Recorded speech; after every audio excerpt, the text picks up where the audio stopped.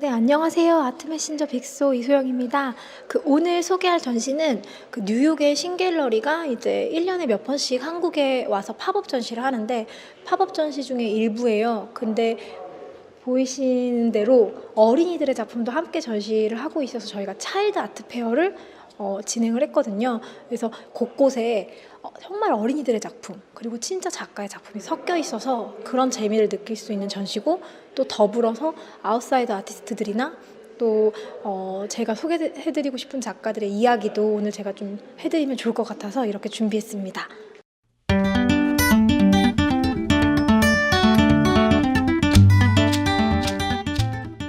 여기 작품은 호킨스 볼든이라고 시각장애인 아티스트인데 제가 유튜브에 소개를 한 적도 있거든요. 그래서 8살 때 야구 방망이로 머리를 맞아서 시각을 잃고 뇌 수술을 하게 되는데, 뇌 수술 당시 뇌 압력을 줄이기 위해 드릴링을 하게 되면서 작가의 작품에 이렇게 드릴링하는 행위가 상당히 많거든요. 그래서 그런 이미지들이 지금 작품에 많이 돋보이고, 여기도 있고 저기도 있고 여기 공간에 되게 여러 개가 있고, 저기 보시면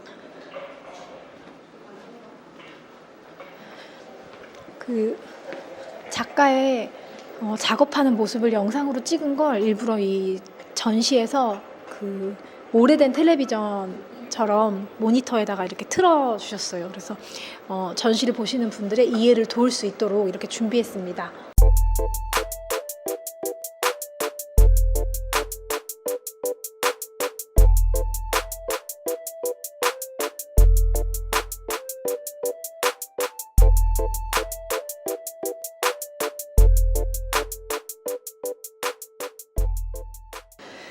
이 작가는 제가 너무 10년 전부터 좋아해서 제 책 영화 보기 좋은 날에도 수록이 돼 있어요. 그래서 빌 트레일러라는 작가입니다.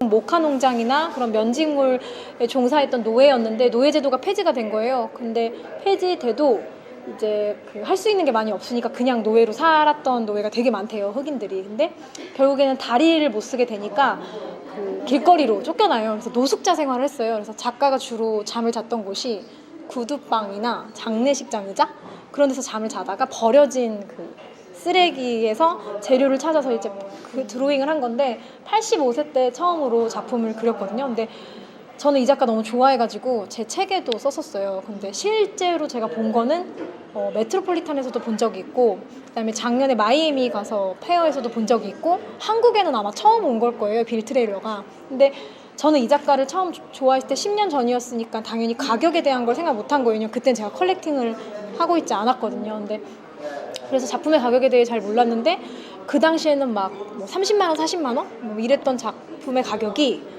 지난달 사실 옥션 결과 보면 이런 식의 드로잉이 거의 3억까지 올라갔어요. 근데 이게 왜 재밌냐면 노숙자 출신이고 흑인이고 그림도 막 버려진 거에 그렸는데 어떻게 이렇게 비싸게 낙찰이 되지? 그럼 이유는 그냥 하나거든요. 갖고 싶은 사람이 많아졌으니까.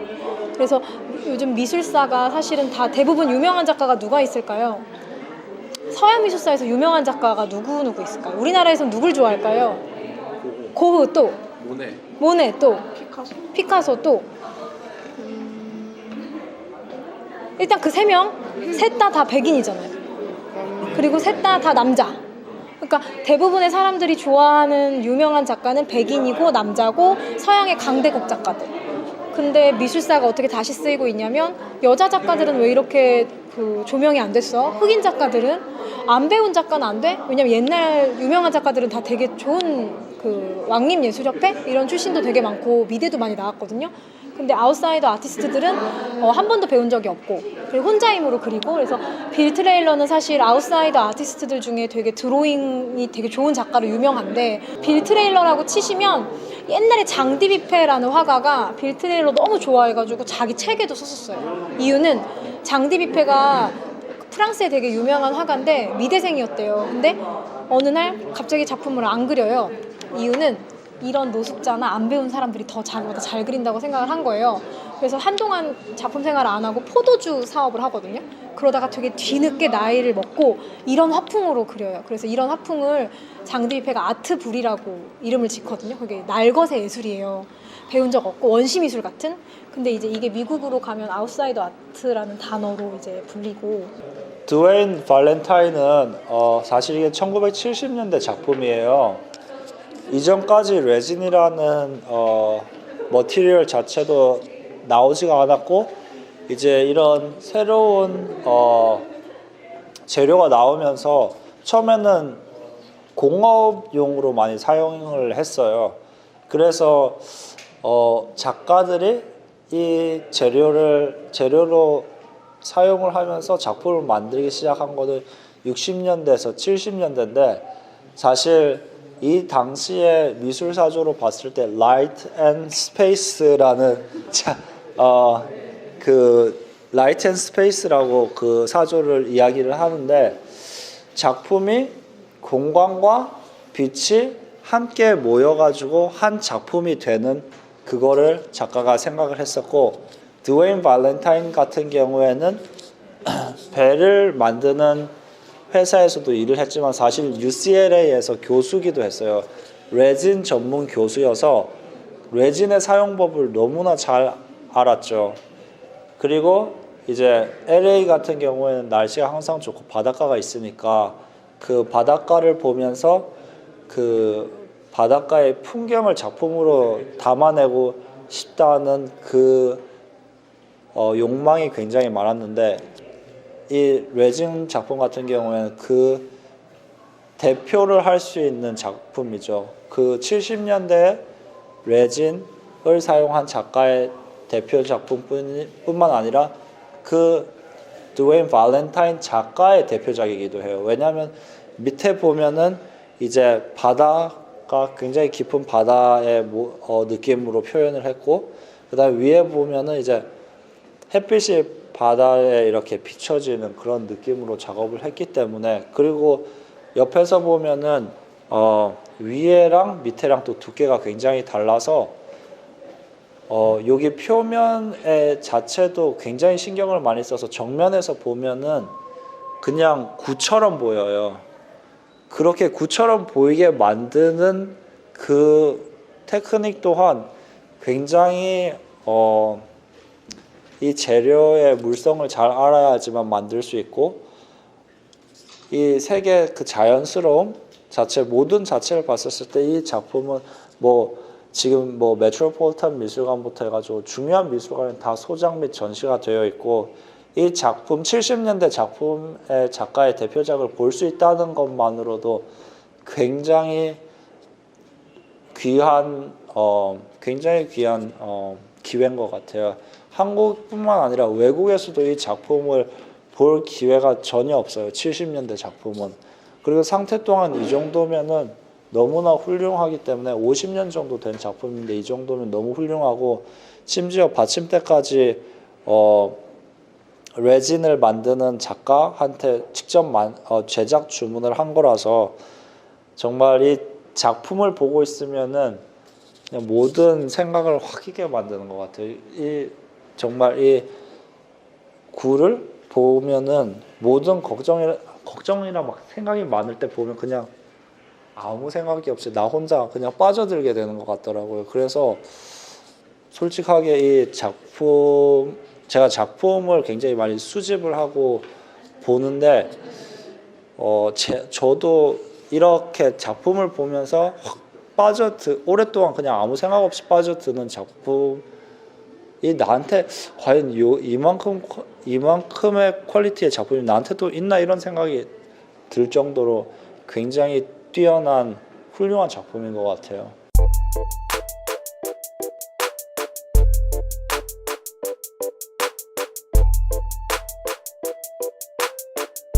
여기 있는 4개의 시리즈는 다 같은 작가처럼 느껴지시죠, 그죠? 근데 공통점이 뭔 것 같아요, 이 작가는? 이 작가의 공통점. 그림을 가운데다 그렸다. 또 맞아요. 계속 같은 방향으로 화살표를. 근데 이 작가가 이거 자세히 보시면 이거 연필로 이렇게 표현한 거여가지고 되게 자세히 보셔야 돼요. 그래서 다 이걸 펜슬로 드로잉을 한 거고 그 사이에 하얀 라인도 다 이렇게 비워놓은 거예요. 그러니까 되게 디테일한 드로잉인데 이 작가는 이런 드로잉이 인기가 되게 많고 미술관에도 이런 시리즈가 많이 소장이 돼 있는데 원래는 이런 그림들을 대부분 우리가 뭐라고 하냐면 보자마자 미니멀하네 이렇게 얘기해요. 미니멀리즘인가 봐. 되게 단순해, 되게 심플해. 근데 다른 미니멀리즘 작가들하고 다른 건 이 작가는 전시장에 이 작가 작품만 있으면 우리도 모르게 어떻게 되냐면 시선이 계속 절로 가는 거예요. 저렇게 시선을 확장시키는 거예요. 그래서 이 어떤 형태, 이 형태가 이 작가의 메인 시리즈인데 이 우스터 시리즈라고 하는데 이 시리즈가 갖고 있는 특징이 계속 같은 방향을 하면서 작품이 사실은 액자 안에 있잖아요. 근데 이 작품이 마치 우리의 시선을 확장시키는 그런 역할을 하는 거예요. 각도가. 그래서 이 작가의 되게 빨리 죽었어요.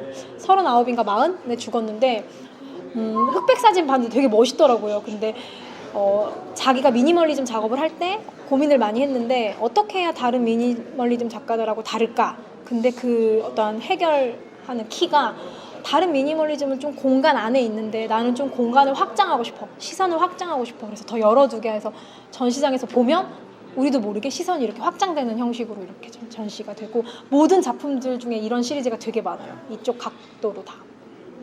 이 작가는 여기 이 작품만 딱 있으니까 되게 흑백인데 이 작가는 무엇을 표현한 것 같아요? 딱 봤을 때?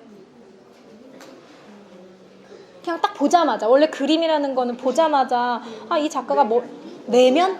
어두운 아니 형태 너무 어렵게 생각하는 것 같아. 그냥 보일 그림자? 그건 선생님이 아까 얘기해 준 것 같은데 맞아요. 그림자여서 이 작가는 다큐멘터리가 있어요. 섀도우맨이라고. 그 다큐멘터리가 상도 받았는데 이 작가의 삶에 대해서 이제 다큐멘터리 만든 건데 이 작가가 이제 사실은 키스헤링이랑 바스키아 아세요? 뉴욕의 거리 아티스트? 근데 길거리에 그래피티하는 아티스트들의 거의 마스터? 대부? 그런 작가예요. 그러니까 바스키아보다 더 형인데 항상 이렇게 검정색으로 그림자처럼 표현을 하거든요. 그래서 시리즈가 되게 여러 개인데 길거리에 이렇게 그림자처럼 섀도우맨을 표현해 놓은 게 되게 많고 지금 이거는 베를린 시리즈인데 왜 이렇게 가운데 아까 전에 대표님도 설명해 주셨는데 가운데 이렇게 흰 선에 대해서 한번 생각해 보라고. 힌트는 베를린 시리즈라고. 맞아요. 분단을 의미하는 그 흰선이 있는데 다른 작품들에는 또 저게 없고 근데 공통적인 건 다 그림자를 표현을 하거든요. 마치 이렇게 물감이 뿌려진 듯. 근데 제가 이 작가 다큐멘터리를 보면서 뭘 발견했냐면 작가가 갖고 다니는 드로잉북이 이렇게 있어요. 근데 거기에 문장이 이렇게 적혀 있었어요. 근데 저 문장이 뭘까? 근데 뭐라고 적혀 있었냐면 인류가 최초로 그린 그림은 태양에 의해 벽에 비친 사람의 그림자다. 그렇게 적혀 있었어요. 근데 그게 작가가 한 말이 아니라 다빈치가 한 말이에요. 그러니까 작가 역시 이제 다빈치가 한 말을 가지고 이제 자기 어떤 작업의 모티브겠죠. 그래서 살아있을 때는 사실 바스키아가 자기 작품 3점하고 리처드 앤볼튼 작품 1점하고 바꾸자고 할 정도로 인기도 많았고 앤디 홀이 계속 그려달라고 했는데도 안 그려주고 되게 살아있을 당시엔 유명했는데 작가마다 성격이 되게 다르고 운이 다르잖아요. 그래서 후배 작가들이 되게 유명해질 동안 리처드 앤볼턴은 많이 못 유명해졌고 또 마약을 너무 많이 한 거예요. 그래서 죽을 때쯤에는 사진 보면 얼굴이 이렇게 함몰됐어요. 그리고 어깨도 많이 굽고 그리고 또 상업적으로 자기 작품을 막 팔려는 노력이라던가 유명해지려는 노력 이런 것들과는 좀 달라서 말년에 그 영상을 보면 사람들이 되게 오랫동안 여운을 갖는데 허리도 굽고 삐쩍 마른 작가가 자기 작품들을 다 등에 이고 돌아다녀요. 그 거리를. 지낼 곳이 없으니까. 그래서 그러고 나서 2017년도에 죽고 나서야 되게 이제 사람들 사이에서 알려지고 서로 작품을 구하려고 하고 그래서 저도 사실은 이 작품은 신갤러리의 신 대표님이 작년 여름에 한국 왔을 때 팝업쇼에서 어떤 작품을 살 때 가장 힘들었나요? 라는 질문에 이 작가를 얘기해가지고 알게 됐고 그 이후에 다큐멘터리도 보게 돼가지고 그래서 구글에다가 리처드 햄블턴 치시면 그 영상이라던가 이런 게 있으니까 좀 더 자세히 아실 수 있을 거예요.